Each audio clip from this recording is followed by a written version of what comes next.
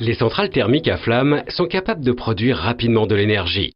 C'est pourquoi leur rôle principal est de répondre aux augmentations fortes et soudaines de la consommation d'électricité.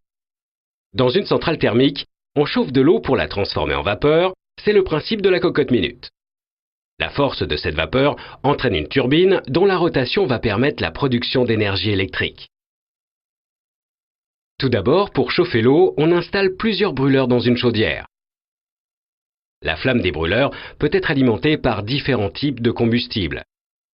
Du fioul, du charbon pulvérisé ou du gaz. La chaudière est tapissée de milliers de tubes dans lesquels circule de l'eau. L'eau est chauffée à haute température, puis est dirigée vers un ballon où elle se transforme en vapeur. La vapeur est ensuite envoyée sous pression vers la turbine, qui est mise en mouvement et transforme l'énergie thermique en énergie mécanique. La turbine est couplée à l'alternateur qui génère l'électricité par rotation du rotor, la partie mobile, à l'intérieur du stator, la partie fixe. L'énergie produite par cet alternateur est évacuée vers le réseau d'électricité par l'intermédiaire d'un transformateur. En sortie de la turbine, la vapeur est alors dirigée vers le condenseur dans lequel circule de l'eau froide qui permet de retransformer la vapeur en eau.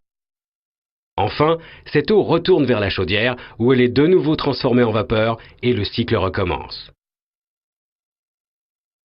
Dans les centrales au charbon les plus récentes, les fumées issues de la combustion sont traitées de manière à limiter leur impact sur l'environnement.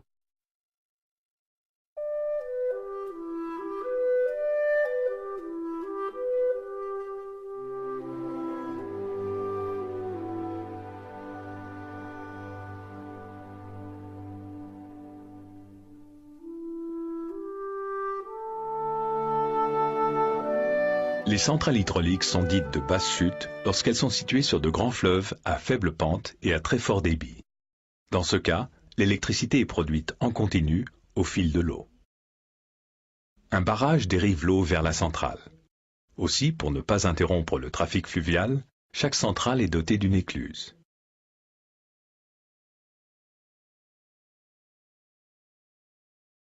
En déplaçant les aubes du distributeur, on peut modifier le débit de l'eau qui est amené sur la turbine de type Kaplan.